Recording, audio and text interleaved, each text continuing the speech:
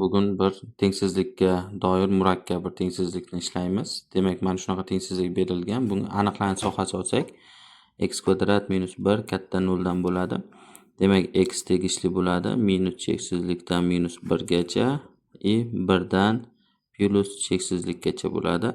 Demak, bu tengsizlikda agar birinchi oralig'i, ya'ni minus cheksizlikdan minus 1 gacha qo'ysak, ikkalasi ham manfiy bo'ladi. Demak, manfiy bo'lganda manfiy tomon musbat tomondan katta bo'lmaydi. Demak, bu oraliq olinmaydi. Faqatgina x katta 1 degan oraliqda ishlaymiz.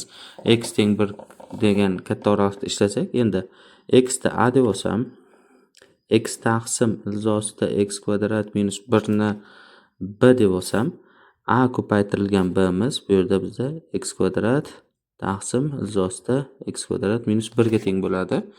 Demak, bizdan bu yerdan a plus b'miz esa katta 35 taqsim 12 dan bo'ladi. Demak, a plus b'miz bizda bu mahraj bersak nima bo'ladi? Ya'ni a kvadrat plus b kvadratimiz deylik. O'shanda bu x kvadrat plus x kvadrat taqsim x kvadrat minus 1. Buni mahraj bersak, bu x ning 4-si minus x kvadrat plus x kvadrat taqsim x kvadrat minus 1 bo'ladi. Bu degani x kvadrat taqsim ilzosida x kvadrat minus 1 ning kvadrati degani. Demak, bu degani a kvadrat plus b kvadratimiz teng ekan a b ning kvadratiga ekan. Chunki mana shuning kvadrati bo'lib qoldi. Demak, mana shu bizda ifoda topilgandan keyin nima qilamiz? Mana buni kvadratga oshirib beramiz. Buni kvadratga oshirib bersak, demak a kvadrat plus 2ab plus b kvadrat katta bo'lar ekan. 35 ning kvadrati bu 3 kara 4 12 25 144 bo'ladi. Demak, mana bu esa ab ning kvadrati plus 2ab katta 1225 taqsim 144. Demak, bundan biz mana buni a bni t deb olsak, t miz 0 dan katta bo'ladi. Demak, t deb olsak nima qilamiz? Xo'p, bu t kvadrat plus 2t katta 1225 taqsim 144. Demak, bu yerdan diskriminant topsak, diskriminantimiz 2 ning kvadrati 37 ning kvadrat taqsim 12 ning kvadrati bo'lar ekan. Demak, bundan biz esa t ni topamiz. Endi t bizda minus 2 Xo'p, plyusini olamiz, minusini olmaymiz. T 0 dan katta bo'ladi. 2 37 taqsim 12 taqsim 2. Bu yerdan bizda t'miz necha chiqadi? 2 ga bo'lib bersak minus 1 plus 37 taqsim 12 chiqadi. Buni mahraj berib aniq qilsak, bu 25 taqsim 12 chiqadi.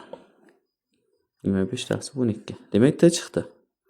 T deganimiz bizda a ko'paytirilgan b teng 25 taqsim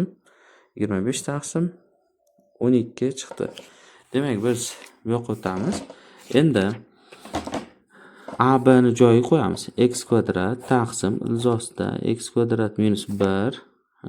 Demak, bizda a b o'sha demak, mana shu bizda katta 25 taqsim 12 dan bo'lar ekan. Buni kvadratga oshirib tenglama ko'rinishiga keltirsak, bunda shu 144 x ning 4-si minus 625 x kvadrat keyin plus 625 teng 0 bilan buni ham diskriminantini hisoblasak, 625 ning kvadrati ayrilgan 4 kara 144 ko'paytirilgan 625 bu 175 ning kvadratiga keladi. Chunki 625 chiqaramiz. Hisob kitobni amalga oshirsak 175 ning kvadrati bo'ladi. Demak, x 1 2 mana kvadrat deylik.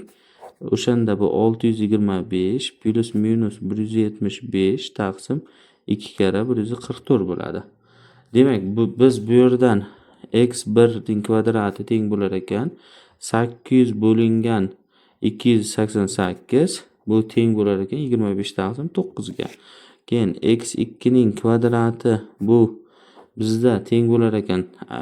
Demak 450 taqsim 288 bo'lar ekan. Buni ham endi qisqartirsak 25 taqsim 16 bo'lar ekan. 25 taqsim 16. Demak 25 taqsim 16 bo'lsa bizda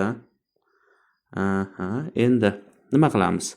25 taqsim 16 bo'lsa, demak bizda bu yerda chiqadiki, mana bu birdan katta, ikkalasi ham birdan katta. X kvadratimiz katta birdan kichik nechadan bo'ladi? 25 taqsim 16 dan. Demak, keyin x kvadratimiz katta 25 taqsim 9 dan bo'ladi. Demak, bu birdan katta x kichik 5 taqsim 4 dan va x katta 5 taqsim 3 dan bo'ladi. Demak, x tegishli bo'lar ekan. Xo'p, bizda x tegishli 1 dan 5 taqsim 4 gacha, keyin birlashma 5 taqsim 3 dan plus cheksizlikgacha bo'lar ekan. Demak, bizda mana shu javob chiqar ekan.